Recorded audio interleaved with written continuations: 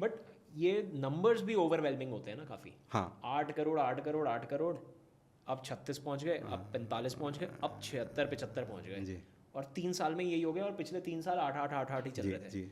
ये नंबर कैसे, पता ही नहीं चला काम काम में, या फिर पता चल रहा था तो वो एक मोमेंट ऑफ ऐसा होता है ना यार, बड़े बन रहे हैं बड़े बन रहे हैं। हाँ see it was even very very stressful अच्छा। बिकॉज 8 से तो 24 25 तो बढ़िया रहा, लेकिन जब 24 से 76 गए तो उस समय तक कोई फंडिंग नहीं आई थी, राइट? अच्छा। तो 8 करोड़ फंडिंग, मतलब कोई फंडिंग किस कोई चीज़ के कोई लिए? कोई इक्विटी नहीं आई थी। जो आज आज फूड इंडस्ट्री में जब हम प्रोडक्शन कर रहे हैं तो हाँ फैक्ट्रियाँ लगा रहे हैं, माल में इन्वेंट्री में पैसा लगा रहे हैं, सब हाँ। कुछ कर रहे हैं, तो और जब बहुत तेज़ी से ग्रो कर रहे हैं तो मार्जिन भी थोड़ी टाइट ही होगी, because you are okay. Giving more incentives more sure. Everything, right? ठीक है। तो जब इतने तेज़ी से ग्रो कर रहे हैं तो पैसा लग रहा है एक तरफा, तो बैक बोरो स्टील करके जहाँ से जो ला सकते हैं वो ओके। लेके आओ, राइट? सो जब तक 2008 में इक्विटी नहीं आई मेरे पर्सनल लेवल पे, because I was the promoter, I had to bring money. Rajiv ji को तो जो बैंक से आ सकता है तो आ सकता है, लेकिन इक्विटी भी तो चाहिए थी, इक्विटी लानी थी। ठीक है। तो मैं अपने पर्सनल लेवल पे debt is to equity almost 5:1 कर चुका था। इतना पैसा मैं मार्केट से बोरो करके कंपनी में डाल चुका था। Equity, were you doing equity back then? 2008 से पहले तो हमने इक्विटी नहीं करी हुई थी। तो 2008 तक जो प्रमोटर को पैसा लाना है उतना पैसा कहाँ से आएगा, तो मैं अपने फ्रेंड रिलेटिव से लेके लाके डाले जा रहा था। और ये आप डालते थे वर्किंग कैपिटल में या केपेक्स में आपके? केपेक्स में भी, वर्किंग कैपिटल में भी। Capex to expand your factory. Factories, right? तो फैक्ट्रीज वेर अच्छा। सेट टू मेक 8 करोड़ बन रहा था इतने साल से, हाँ। वो खींच खाच के कर लो तो 12-13 करोड़ बन जाएगा। जो 80 करोड़ करना है तो आपको तो फैक्ट्रीज भी डलवानी है, पैसे उसमें भी पैसे लग रहे हैं, इन्वेंट्री भी हमारी जो है उसमें पैसे लग रहे हैं। हाँ। तो तो तब ओडीसीसी जैसे इंस्ट्रूमेंट थे? ओडीसीसी वाले इंस्ट्रूमेंट थे, हाँ। वो यूज़ हो रखे हाँ वो हो रखे थे, राइट। थे। ओके। 80 लाख की सीसी थी। अच्छा। तो उसको 80 लाख का, दो बैंक ने पहले 2 करोड़ किया, फिर 2 का 4 किया, बट जो स्पीड से धंधा ग्रो कर रहा था उस स्पीड से तो बैंक भी सोचती ना कि इतने तेजी से कैसे, अभी 2 करोड़ बढ़ाई और वापस 4 महीने बाद 4 करोड़ करने बोल रहे हैं, फिर 4 महीने बाद फिर आ जा रहे हैं, तो दैट्स ऑल्सो चैलेंज। ओह। हाँ। मैंने ध्यान नहीं रखा, राइट? ओके। तो उनके कान तक जाता था कि भाई इसने इतना पैसा ले रखा है, ऐसी हालत हो जाएगी वैसी हालत हो जाएगी, राइट? सर एक बारी नंबर्स में आप मेरे को बता ही दो कितना पैसा ले रखा, sir almost so that for imagine the stress also. For 80 crore business मैंने ऑलमोस्ट 20 करोड़ 80 करोड़ 80 तक, crore annually, 80 crore which annually, is monthly how much? जो बैंक से छोड़ दी सर, मार्केट से 20 करोड़ उठा चुका था। अच्छा। बैंक का जो ऑफिशियल कंपनी में पैसा है वो पैसा है, मार्केट से 20 करोड़ रुपए उठा चुका था मैं।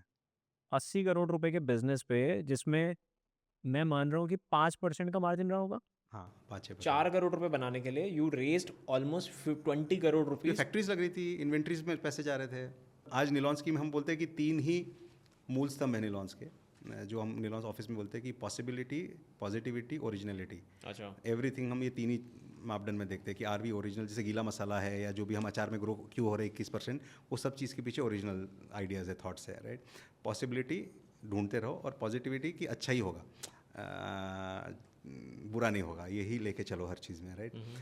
तो पॉसिबिलिटीज़ खोज रहे थे, but yes it was stressful. लोगों को कमिटमेंट दिए, वो कमिटमेंट लेट हुए, हाँ। फॉल्टर हुए, ओके। सब हुआ, लेकिन it's part of the game. Okay. So this is 80 crore rupees of business, 20 crore rupees of loan from this, and 4-5 crore रुपए अलग नहीं से। बैंक के भी 20 करोड़ तक पहुंच गया था जब तक। अच्छा, वो भी 20 हो गया था? क्योंकि सर आप एक मान, आज के डेट में भी अगर मैं बोलूँ 500 करोड़ की कंपनी है, हाँ। तो 100 करोड़ की इन्वेंट्री है, क्योंकि हमको 10,000 टन कैरी 2 महीने में ही काटनी है, क्योंकि कैरी का अचार बनाना है तो 12 महीने कैरी मिलने ही नहीं वाली है। तो हमको तो इन्वेंट्री माल लेके चलना है। आज तो अगर गाजर का सीज़न तो आ गया नवंबर दिसंबर में, तो वहाँ पूरे साल का 5,000 टन गाजर कट गया, अचार बन गया। सर मैं इसमें क्या, 500 करोड़ रुपए के बिजनेस में you have 100 crore of inventory, of inventory. Inventory इसके अंदर 50 करोड़ का तो पिकल, सेमी फिनिश पिकल और सब कुछ वही रहेगा, 50-55 करोड़ का। Okay. There are 2 ways of doing it, right? A, you say कि I will not hold inventory in my book. I will Okay. create 20 more vendors जो अपने अपने बुक में 5-5 करोड़ की इन्वेंट्री होल्ड Correct. करेंगे, मैं उनसे उनका प्रॉफिट जोड़ के बाय करूंगा। Correct. दूसरा मेरा अगला सवाल यही होने वाला तो था, वो हाँ। उस तरफ में हम मूव कर रहे हैं। अच्छा, आप कर रहे हो? हाँ कर ले 2-3 अब साल तक से। क्यों नहीं करा? अब तक इसलिए नहीं किया क्योंकि शायद से उसको वैसा सोचा नहीं था। अच्छा, अब okay. अब सोचे थे every time ideas do not come fully form, लेकिन अब वो कॉन्शियसली उस तरफ चल रहे हैं कि हाँ। इन्वेंट्री थर्ड पार्टी में पार्क करो, उनको थोड़ा मार्जिन दे दो, अपने बुक से बाहर करो। हाँ। तो उस तरफ अब आगे बढ़ रहे हैं। ठीक है। बट उस समय तो नहीं किए थे। तो उस समय इन्वेंट्री में भी पैसे अटके थे, फैक्ट्रीज में कंस्ट्रक्शन हुआ था उसमें अटके थे। This 100 crore rupees is your COGS और 100 crore rupees is your MRP? 100 crore rupees is my material cost right now. ओ मतलब मेरे पास अगर आज की डेट में आज फैक्ट्री में MRP का माल होगा कम से कम 4x 400 करोड़ का।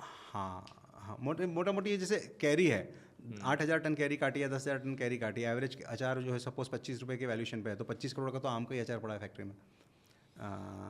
तो ओह वेरी इंटरेस्टिंग।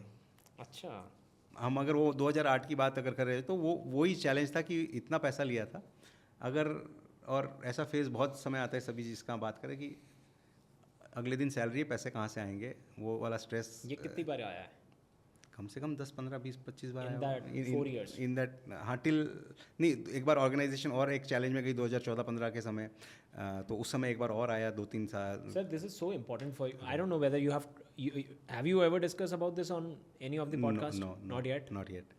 क्योंकि ये सबसे इम्पोर्टेंट चीज़ है। ओके मैं क्योंकि I have been through this cycle. हम लोग कॉर्पोरेट केटरिंग करते थे, जी जी 45 दिन की बिलिंग साइकिल जी। बोलते थे, वो 60 दिन में पैसा आते आता हैं, था। हाँ। और 60 दिन में पैसा आने का मतलब है आपने 60 दिन खाना खिला दिया होता है। हम्म, 30 दिन का बिल काटोगे आप, 45वें दिन पे पैसा आता है, लेकिन आप 15 दिन और खिला गए होते हो, और मार्जिन होते हैं Wafer लिटरली 5 दिन के 5 दिन या के, 10 दिन के ले लेता हूँ मैं। तो 10 दिन के मार्जिन होते हैं, तो जितनी भी बार आप स्केल करोगे उतना ही आपके लिए राइट कॉम्प्लेक्सिटी कॉम्प्लेक्सिटी रहेगा, क्रिएट होती जाती है। And then you have multiple units. Right मतलब मेरे पास छोटी छोटी 22 फैक्ट्रीज हैं, राइट और वो 22 फैक्ट्री अलग अलग तरीके से मैनेज हो रही हैं। फिर वही बिल्कुल आपके जैसा काम है कि रॉ मटेरियल अलग है, SKU अलग बन रहा है, और उसके बाद बिक अलग तरीके से रहा है। तो वो इतना कम, just to understand the finance of it, we have, I don't know how कितना हमने पैसा जलाया होगा उसको समझने में, सीखने में, और फाइनली उसको 2-3 साल में एग्जीक्यूट करने में। राइट बट बाद में मेरे को ये समझ में आया कि यार ये बहुत ही मुश्किल हो जाता है। And then we also started, पिछले 4 साल में मैंने बहुत सारे बिजनेसेस देखे, और जिनसे भी मैं बात करूँ सबका ये सबसे बड़ा प्रॉब्लम होता था। राइट सो अच्छा, देन ये 20-20 करोड़ 40 करोड़ हो गए, एंड देन यू अंडरस्टूड कि यार अब कुछ कहीं से बड़ा पैसा लाने पड़ेगा, and that's where you got the first equity raise in the company, which was from mister Pathak from Pathak in 2008 of the UK. हाँ ओके, और वो 75 करोड़ आई थी, जिसके बदले हमारा 50% इक्विटी गया। हाँ एक्चुअली 75 से ज़्यादा आई थी, 125 करोड़ आई थी। अच्छा। 75 प्राइमरी था, क्योंकि मैंने सेकेंडरी पैसा इसलिए भी लिया था क्योंकि मुझे वो 20 करोड़ जो मैं लेके आया था वो तो मेरे पर्सनल नाम से लाया था, अच्छा। तो मुझे चुकाना भी था। अच्छा, तो 75 इन द कंपनी, 20 50 मैंने बाहर लिया था, जिसमें से 20 मैंने दिया, फिर कुछ टैक्स का पैसा था जो पैसा प्राइमरी तो सेकेंडरी, आपकी सेकेंडरी, आपके भी इक्विटी निकल गई। मेरी भी इक्विटी, तो टोटल मिला के 50 गया, मतलब प्राइमरी एंड सेकेंडरी मिला के। एंड देन देयर वाज कुछ इंटरनल फैमिली सेटलमेंट भी हुआ था, तो उसमें भी कुछ पैसा लगना था। And I wanted to reward Rajiv ji specifically separately because of the जो भी जर्नी हुई है, which the company would not have rewarded, तो I rewarded it from the money that You received in your secondary. in my secondary. And he had the equity back then? No, so we rewarded him with money, and also then I transferred some equity from my shares to him. आपने equity कब ढूंढी? Equity की discovery कब हुई life में? Private equity की? क्योंकि 2008 तो फ्लिपकार्ट हुआ था। हाँ, तो हम 2005 लोगों ने सीखा 2015-14 हम बिल्कुल अर्ली डेज इक्विटी में आए। हाँ, तो हम लोग ने 2006-7 में समझने लग गए थे, क्योंकि क्या राजीव जी पूरी दुनिया घूम के आए थे, he is worked in US for 7-8 years. अच्छा, तो he has seen the world right, तो उनसे में हम सीखते जा रहे थे और समझते जा रहे थे। मेरे लिए तो दुनिया नहीं थी उस वक्त तक, तो we had not move to Pune, मैं तो जलगांव में ही बॉर्न एंड बॉटअप जलगांव में ही था। तो बट जितना समझे थे कि इक्विटी आती है, आपने जलगांव में बैठ के 75 करोड़ रुपए फंड रेज करा हुआ था। 125 करोड़। तब जब फ्लिपकार्ट और अमेजोन नहीं, फ्लिपकार्ट, स्नैपडील वगैरह जैसी कंपनीज बन रही थी इंडिया में, इंडिया का स्टार्टअप डिज़ाइन हो रहा था। Very interesting sir. ओके, कि ये 80 करोड़ रुपए पे 20 करोड़ रुपए, इसमें वर्किंग कैपिटल में कितना पैसा अटका होगा आपका? सर देखिए, हर एक इंडस्ट्री अलग अलग है। जैसे आज हम मल्टीपल प्रोडक्ट में पिकल है, स्पाइस है, जिंजर गार्लिक पेस्ट है, right. There are some industries which can be significantly automatic.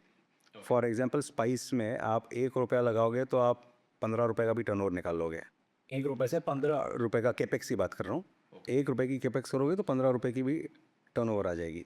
और वही अचार में 1 रुपया लगाएंगे तो 6 रुपये की टर्नओवर आएगी। बिकॉज अचार के अंदर आपको